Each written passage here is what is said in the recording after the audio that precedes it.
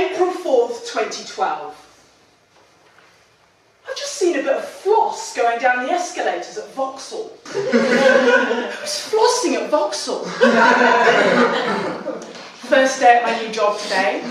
Thought I may as well get the old diary out, write my thoughts down, you know. Only time I get to write, on the tube. If I'm at home, I'm on Netflix or making my spaghetti hoops, so I'm busy. Which is why I'm writing now. Some depressing shit in here and there. Yeah? The Greg era. Yeah. Greg. Half of me wants to rip these pages out.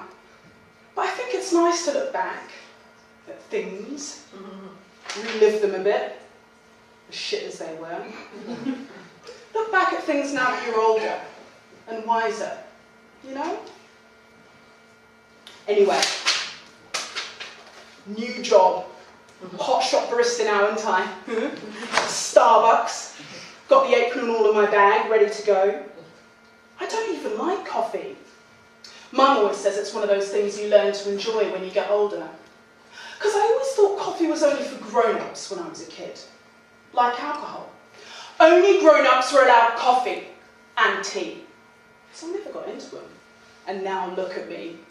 On the tube to work, Wimbledon, making coffee for corporate pricks on their way into the office. Cream and froth and mochas and Americanos and espressos and frappuccinos and cappuccinos. And I always thought a cappuccino was called a cup of chino when I was younger. Till I wrote it down trying to be all fancy in this love poem I did for Katie back when I fancied her. And she showed it to the rest of the class and they all laughed. So I was just glad I did it anonymously. Anyway, I'm going to end it here, because there's a creepy fucker reading this over my shoulder. Yeah, I can see you.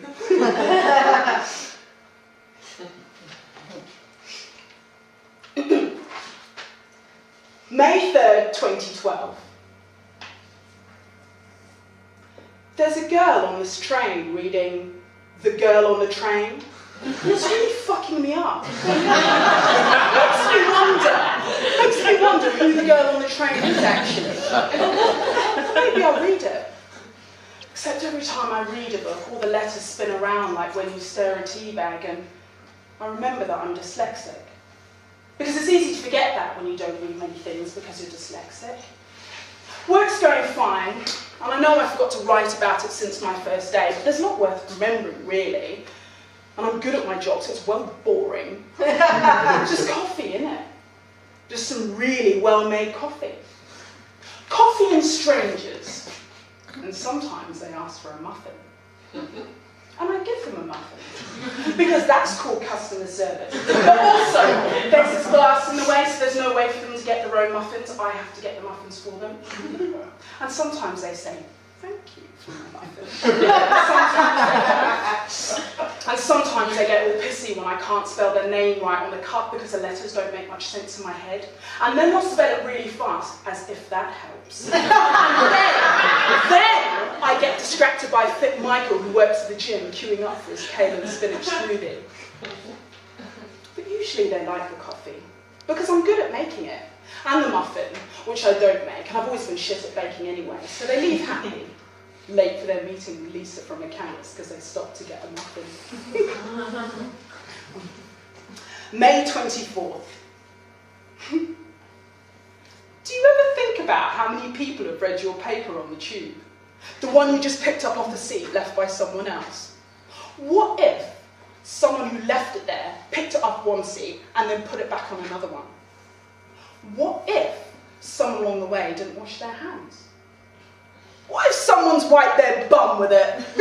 That's what my mum used to say. That's what she always said about money, about paper money, as if there's people going around wiping their ass with fibres. I would imagine some a lot would get at work doing it. Complaining about paying 50p for an extra coffee shop and then tapping an Amex Gold card on the card reader. It's always the Amex Gold carders that complain about having to spend money. Flushing away the fibres, complaining when I spell their names wrong, spelling Catherine with the wrong C or K, or Ellie was actually Nellie because Apparently there are people in the world actually called Nelly. And they go to Starbucks. Why Starbucks? Most mornings, actually. Caramel latte and a lemon poppy seed muffin. She's got this long hair that kind of matches the colour of the latte, and freckles like the poppy seeds on the muffin. And when I pour the froth in the cup, I do it like a little cream heart on top. I'll sprinkle a bit of chocolate powder on there like a kiss and hide it all under the plastic lid. And she drinks up my little heart through the tiny hole in the top without even peeking in and noticing it's there. And that's fine. June 2nd, 2012. She came in again today. That Nelly girl. Been gone for a while, and when I asked, she'd said she'd been down in Cornwall on an artist retreat. Painting cliffs and seagulls and shit. Sounds proper good, if I'm honest, because breakfast was included and you just got to fuck around all day. Maybe I'll go on one, even though I can't draw for shit and always thought Cornwall smells seaweed and cowpats. But it's all worth it for the Eden project. It's like Disneyland for shrubbery. I saw a coffee tree there when Mum took me, and she picked this bean up off the floor and rubbed it between her fingers and touched them up to her nostrils and said it smelt like her morning cup. Then I had a go and I couldn't smell anything. And I thought it was because I was too young. Wasn't old enough to smell the coffee yet. But I think Mum must have been lying because the bean hadn't been roasted. It was just on the floor, a floor bean. I bet Nelly would love the Eden project.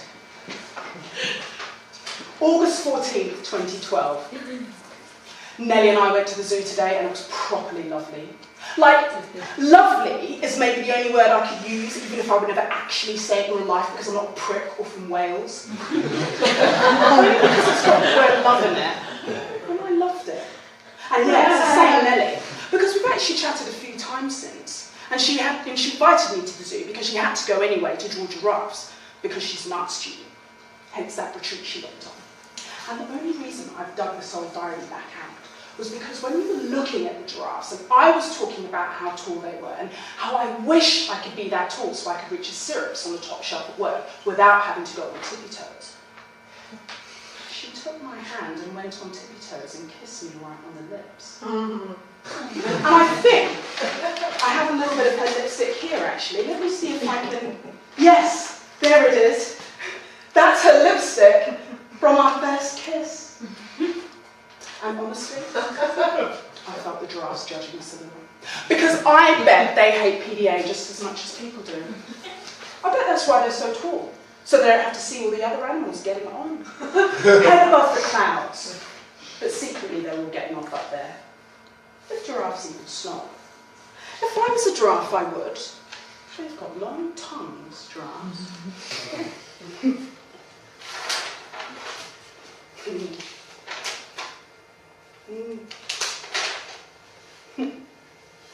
Yeah. August 24th, 2012. Nelly and I went to the beach. She splashed me, so I squashed a sandcastle. I forgot my swimming costume, so I just went in my bra and pants, which was weird, but I wore matching ones that I felt sexy. And it did just look like a bikini. August 26th. Couldn't write yesterday. Spent the night at Nell's and forgot the diary. Had a great time though. Nell said she'd drive us down to the Eden project one day. August 27th. Another date with Nell. I paid for cocktails. She paid for the creme brulee, which I've never had before and it was pretty good. She loves creme brulee. She said she likes cracking the top and I said I thought she was cracking. And she laughed because I actually make her laugh. I said she was cracking, and she said I was crackers.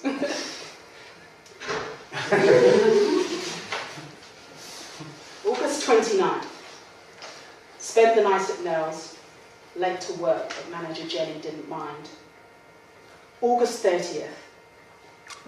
I told Nell I love her, and she didn't say it back, but she smiled and hugged me, and I think that's a good sign. September 1st. I'm not used to being in a relationship or seeing someone or whatever, so this is big for me. To have someone around for this long, for things to go this well, so it's exciting. And that girl I saw earlier in the year is sat opposite me again, the one who was reading The Girl on the Train. Except I'm not sure what she's reading this time, but it's got Jodie Picoult in big letters. So I guess that must be the title. Nell's actually read Girl on the Train. Said she really liked it. Said she'd lend it to me, or read it to me if it gets too tricky.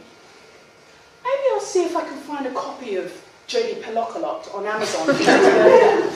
Girl on the Train's obviously got good taste. Yeah.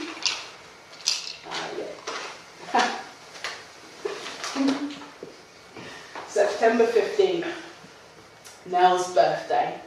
I didn't end up getting her the book, but I did find a necklace I knew she'd love, and she smiled when I gave it to her and said she did love it, but didn't put it on.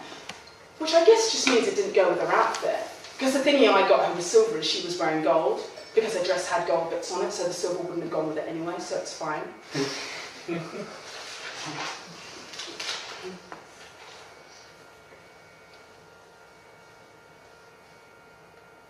March 26, 2013.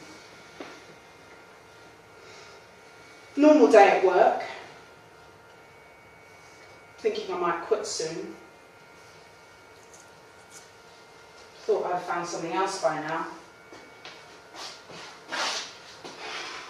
Wish I'd found something a bit earlier, actually, because now it's getting a bit dragged out. A bit awkward.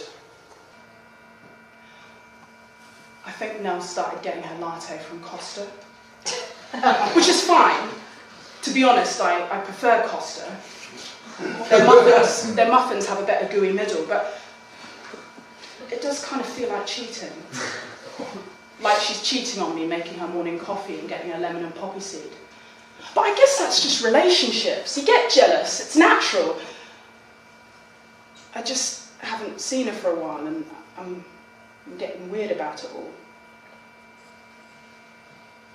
And even I've started drinking coffee, because these days I'm needing a bit of help waking up in the morning. A bit of help lifting my mouth into a smile, because my lips haven't been getting much action recently, if you know what I mean. Which you do, because you're me reading this back. And I bet Nell's there beside you, because she still loves you, even if she hasn't said it yet. And you're older, and hopefully wiser. Maybe you're sipping a latte. Because we're both grown-ups now. We know how the world works. We understand. So we're allowed to drink coffee.